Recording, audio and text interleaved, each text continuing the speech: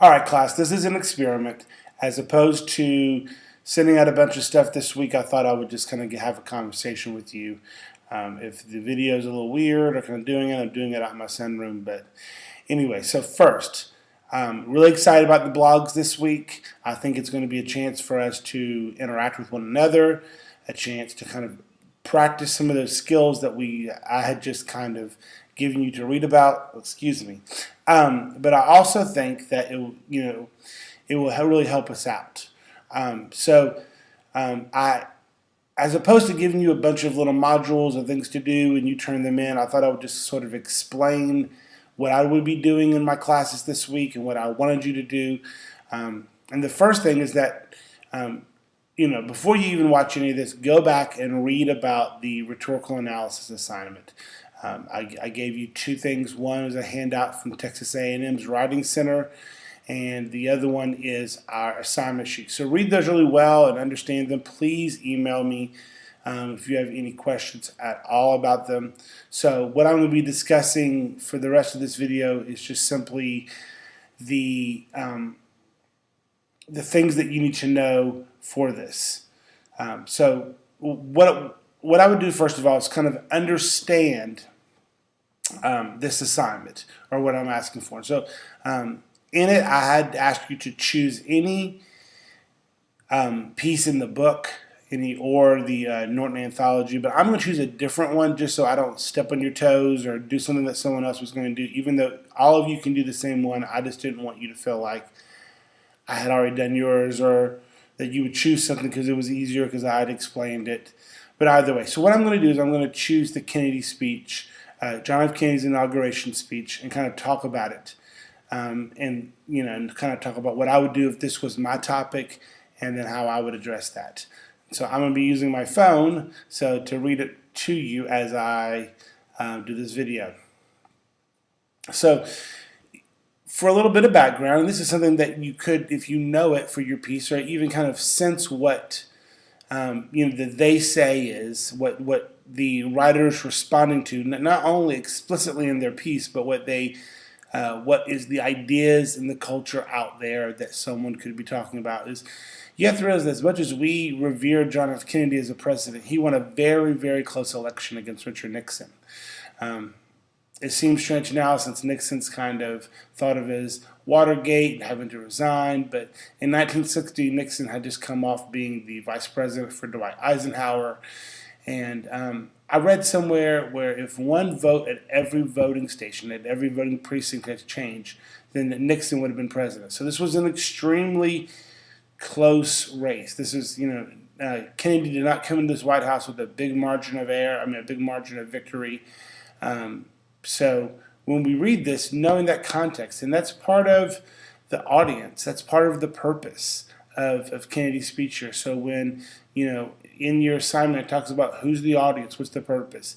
Yes, there is the audience of those who are watching it, those who are, there in the moment. But who is Kennedy, who is your writer trying to reach with their piece? So I'm just going to kind of read Kennedy's speech to you, and then I'll kind of stop at places and kind of talk about it. So the first thing that you're going to do in it is to read your piece and to write a summary. That's the first part of your essay. And the summary, to go back to one of the chapters that we read in They Say, I Say, is chapter 2. Is all about summarization. So this is going to be a whole paragraph of summary, not just summarizing what someone has said in a couple of sentences. But that's the first thing we want to do, is summarize for the piece so the reader knows what the piece is all about. And so I just sort of summarized for you as I was talking just now that this is Kennedy's inauguration speech. He was being sworn in as president, and hadn't quite get to the audience of purpose yet, but just kind of that and then I would kind of summarize some of what I would say. This is, and so I'll read it for you, then I'll talk about what my summary might be along the way. He says, Vice President Johnson, Mr. Speaker, Chief Justice, President Eisenhower, Vice President Nixon, President Truman, Reverend clergy, fellow citizens, we observe today not as a victory of a party, but a celebration of freedom, symbolizing an end as well as a beginning, signifying renewal as well as change. I have sworn before you and Almighty God the same solemn oath the forebears prescribed nearly a century and 3/4 ago. The world is very different now, for man holds in his hand mortal hands the power to abolish all forms of human poverty and all forms of human life. And yet the same revolutionary beliefs for our forebears are brought still at issue around the globe. The belief that the rights of man come not from the generosity of the state, but from the hand of God. And that's just this first paragraph, but I would go through and I would talk about all this.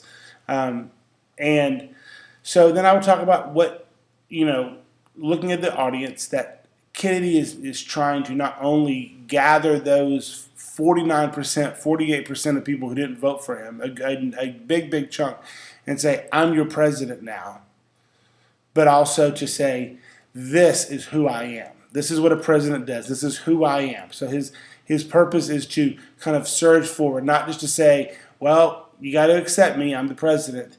Think about his audience being the people there, the American people, and, and then that's when we break into our thesis statement. How effective is he?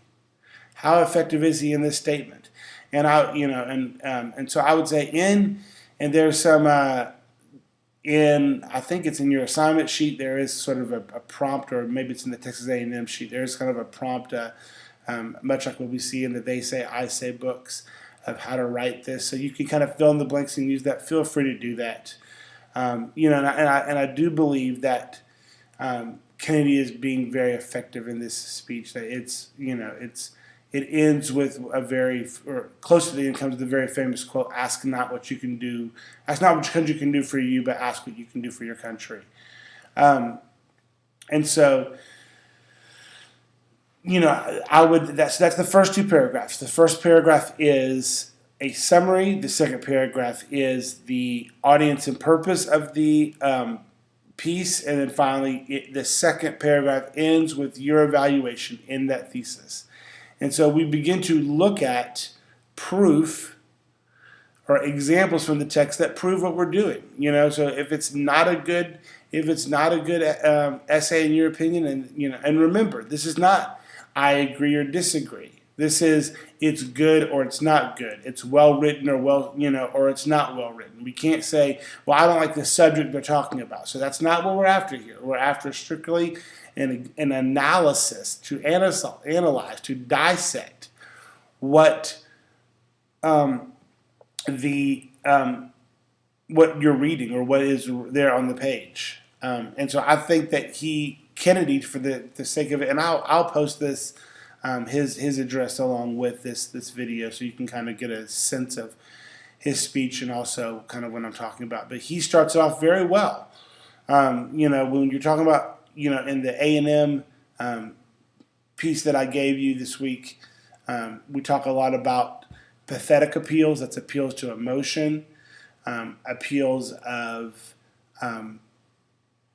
logic, appeals of, there's a third appeal, and I'm sorry, I'm forgetting it right now, but, when Kennedy begins to talk about the forefathers, the revolution, he's appealing to that emotional side. He's saying, look, we are America. I'm just like George Washington. I'm just like Thomas Jefferson. I was sworn in the same way.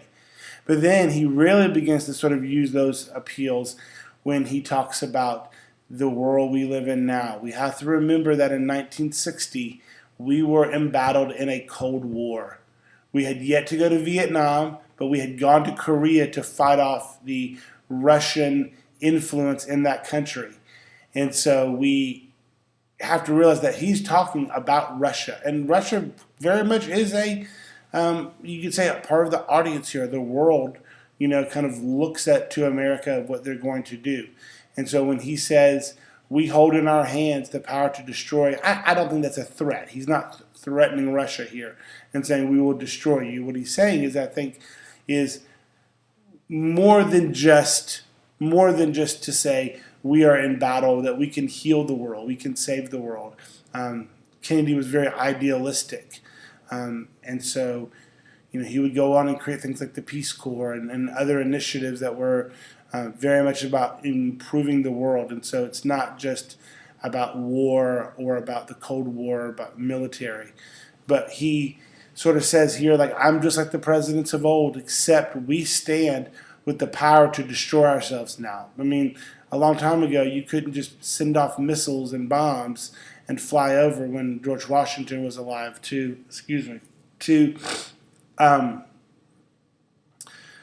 destroy someone else. And so he talks about the similarities of him with the forefathers, but also about this new threat, not only from outside, but the threat of how we would use force. And then but here, we talk about audience, we talk about, he says, let every nation know, whether it wishes us well or ill, we shall pay any price, bear any burden, meet any hardship, support any friend, oppose any foe, in order to assure the survival and success of liberty.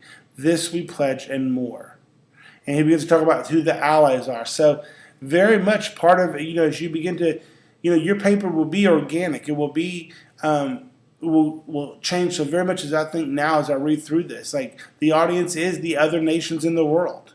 He's talking to us and healing us, but he's saying, hey, world, you better believe that we are there, and will count every cost to do us there. If you're an ally, if you're a foe, we are going to be strong.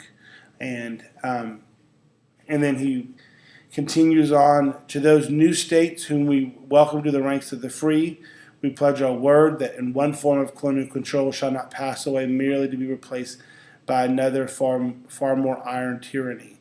And he speaks to the communists. He speaks to the republics south of the border, to Mexico. And so he was talking about he said, to not tempt us for thinking that we have weakness. And so, he's making a lot of appeals here. And then finally, he says, whether you're a citizen, he says, I'm sorry, I'm going to back up in this. He says, so my fellow Americans, ask not what your country can do for you, but ask what you can do for your country. And so he's talking about taking forth this devotion and this light and this new truth. So it's a speech that's very balanced, with on one hand talking about the power we will exert, and on the other hand about the good that we can do. And so when we look at that, it's, don't be afraid in your papers to kind of go back and re-examine those first two paragraphs and go, oh, I saw something new, or I think that I could add this to the summary to help the reader understand exactly where this speech or this piece is going. So don't feel like, well, I've written my first paragraph and I wrote my second paragraph and I can't go back and change them. You might find that your thesis, that what you once thought was not effective is effective, so always kind of be thinking about that in your mind, how, what is effective, and linking it to actual pieces. I want quotes. Then this part of the speech, of the essay, of the whatever, this is what it says, and this is what it means. So, in one of the pieces it talks about going chronologically through it. Go from the beginning to the end, noting each point along the way. And then kind of show, linking, and then, don't be afraid to kind of link to the moves that we did in the They Say, I Say book, okay? Don't be afraid to kind of link to those. We've gone over those. I know that hopefully you've pulled something out of those chapters. I think that's it's a really strong book when it talks about academic moves and how to get in the conversation. And so I think if you go back to those book to that book, it can help you. Let me see what else we're looking at this week. So I think by the end of the week, we're going to do a rough draft next week. So I think by the end of the week, if you have written your summary, if you've looked at that paragraph where you begin to look at audience and purpose and your thesis, and you really begin to sort of go through and begin to list your examples of how it ties to your thesis, I really believe that you are really kind of on your way to writing a paper. It's just a matter of kind of, if you make a list and have already, I think from that list, it's going to spring forth paragraphs. It's not just going to be like, if you're really writing down those lists or looking at quotes and you're beginning to think about why it's effective and what appeals it applies to, and And even some of the things we talked about in the chapter from last week. About the false appeals, the straw man, the ad hominem. If you find that they're using those things as well, you know, by all means, if that's not effective rhetoric, it may be effective in like using people to come to your way, but we want to note that in our papers as well. It's our first paper, you know, so just kind of, you know, be in contact with me next week. We're going to get rough drafts through. I'm going to look at each of the rough drafts.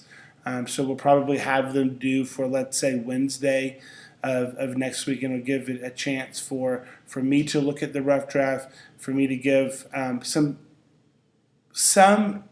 you know, things.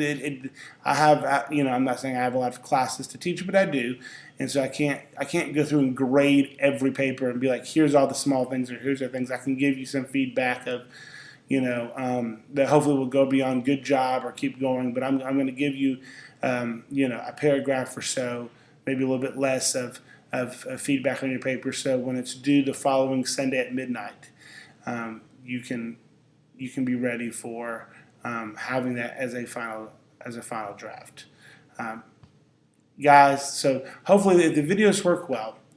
I'll do one each week, or you know, do a couple. And this is my first one that I've ever done. So if it's just seems kind of odd or strange, I'm sorry. It's just it's me learning how to communicate with you better, so that we feel like we're more connected. But as always, please do not fail to call me, or best email me longar@mybrcc.edu, and I will try and get back to you. Thank you for all of your effort. Thank you for, I look forward to these wonderful papers. Once again, let me know how I can help you. All right, talk to you guys later. Bye.